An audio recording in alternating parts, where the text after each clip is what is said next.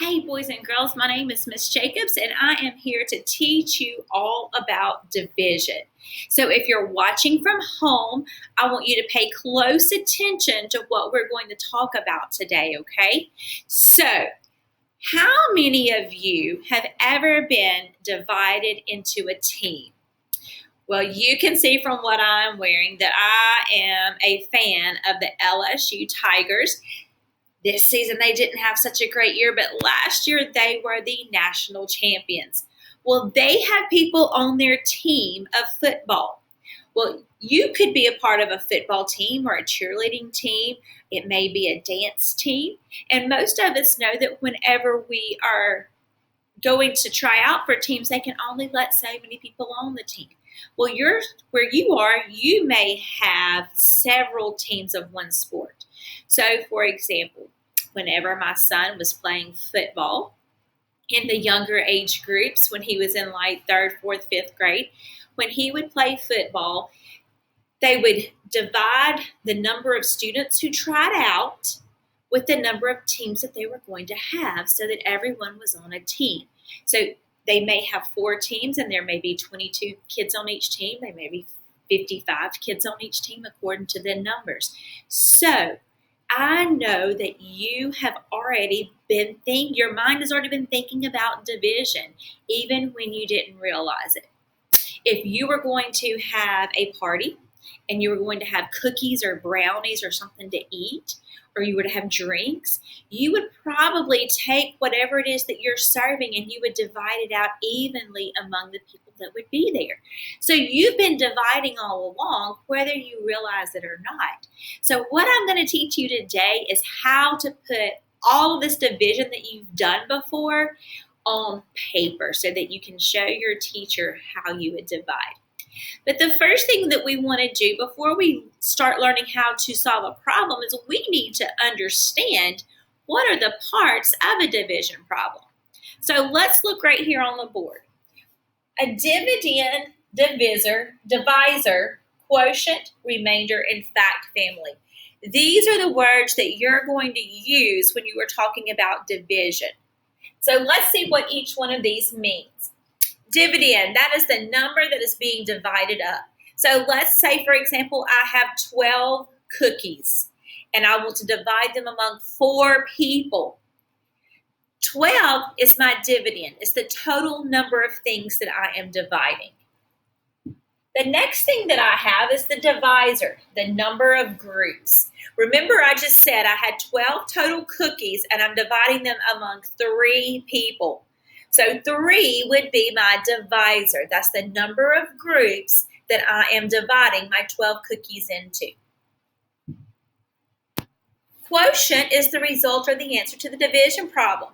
Well, when I work out 12 divided by 3, my answer is 4. So 4 is the quotient. The remainder is the part or the number that is left after you divide. The part or the number that is left after you divide. Sometimes when we're dividing, you may not be able to divide things up equally. You may have some things that are left over. That is your remainder. And finally, we have a fact family, a group of related facts that use the same numbers. So when I think of a fact family, let's go back to 12 divided by 4 is 3. I'm going to write on here, let me get my little annotation device over here. Okay, our fact family would be 12 divided by 3 equals 4. Okay, I can take this and turn it around to have 12 divided by 4 equals 3. That is a family. Now, I know that because division is the inverse or opposite of multiplication. That also means that if I can say 4 times 3 is 12, and 3 times 4 is 12. This is a fact family. You probably worked on fact families when you were in 3rd grade, maybe even in 2nd grade. Remember, division and multiplication are inverse operations. Now, let's see exactly what I'm talking about. Let me pull up a whiteboard. Let's make that go away. And let's take my problem of 12 divided by 3 equals 4. My 12 right here, remember we just said this would be the dividend. That's the total number of things that I have. I'm starting out with 12 cookies. 3, this would be my divisor. And 4 would be my quotient.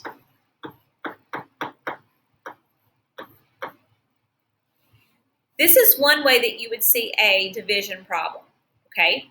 The other way that you could see a division problem is when we use what I call a division house. Your dividend is going to come inside of the house. 12, here's my dividend, my total number of cookies.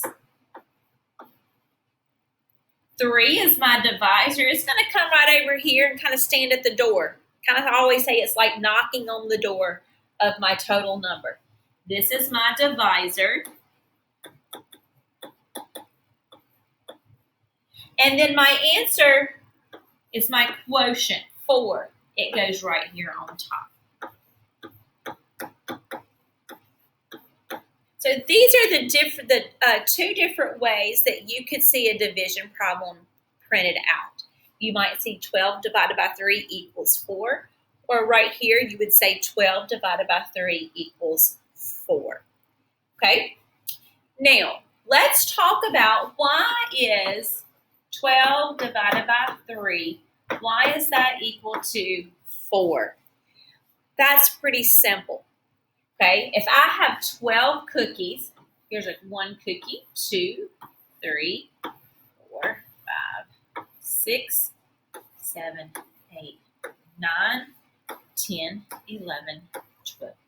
I have 12 cookies.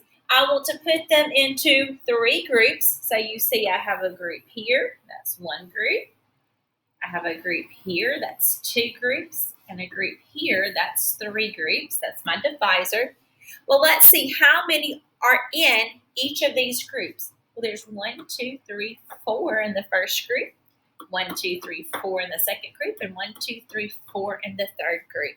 So 12 divided by 3 equals 4. 4 is my answer. 4 is my quotient. All right, let's look at another. Let's look at another possibility. What if I had 9 divided by 3 equals? If I did not know that answer, 9 divided by 3. 9, remember, is my dividend. That's the total number of things I have. So let's say I have 9 balls, and I'm dividing them among 3 people. Okay? So I have 9 total. I'm going to divide them by my divisor of 3. That's how many groups I'm going to have. 3 groups.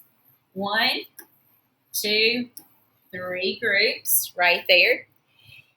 I need to see how many is going to go inside each of these groups. So for 9 divided by 3, I'm going to start and I will put 1 ball in each of these groups. So that's ball 1, ball 2, ball 3. Let's start over. Ball 4, 5, and 6. We still got to keep going until we get to 9. 7, 8, 9. So you can see that 9 divided by 3 would be 1, 2, 3. I have 3 in each group. 1, 2, 3. 9 divided by 3 is 3.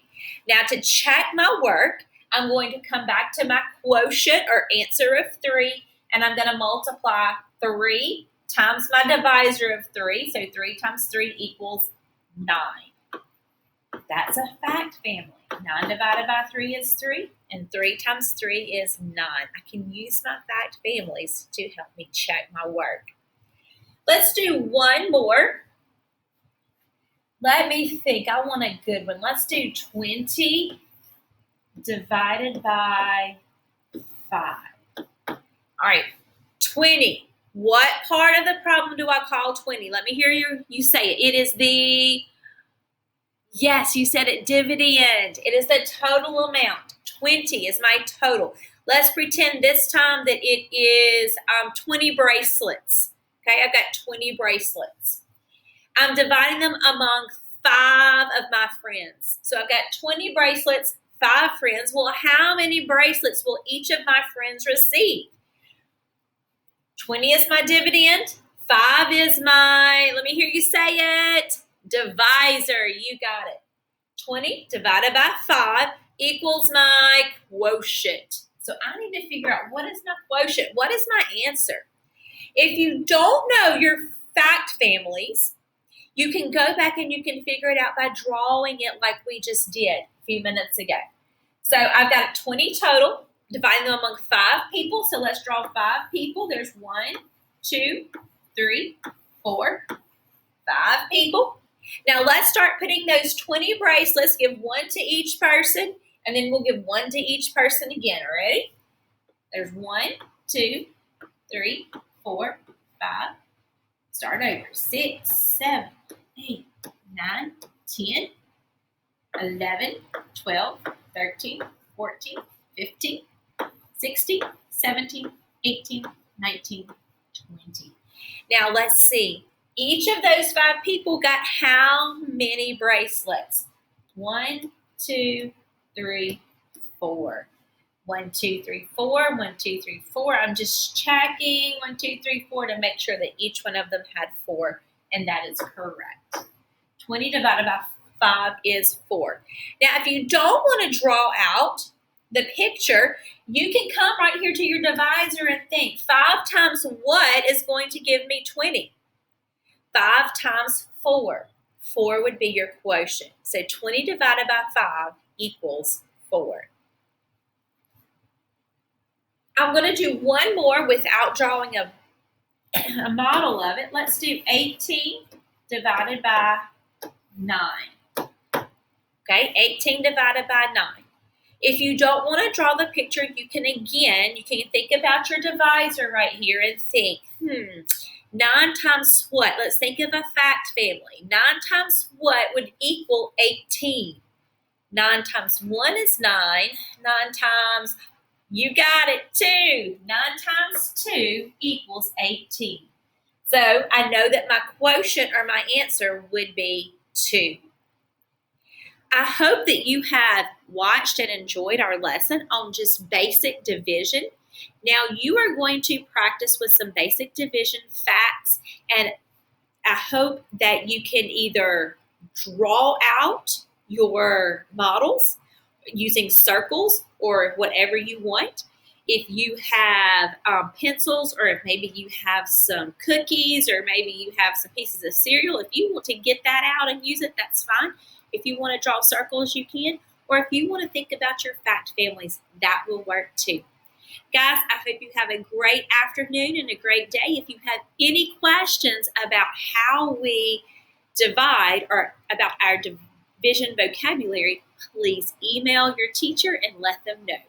Thank you so much and have a great day.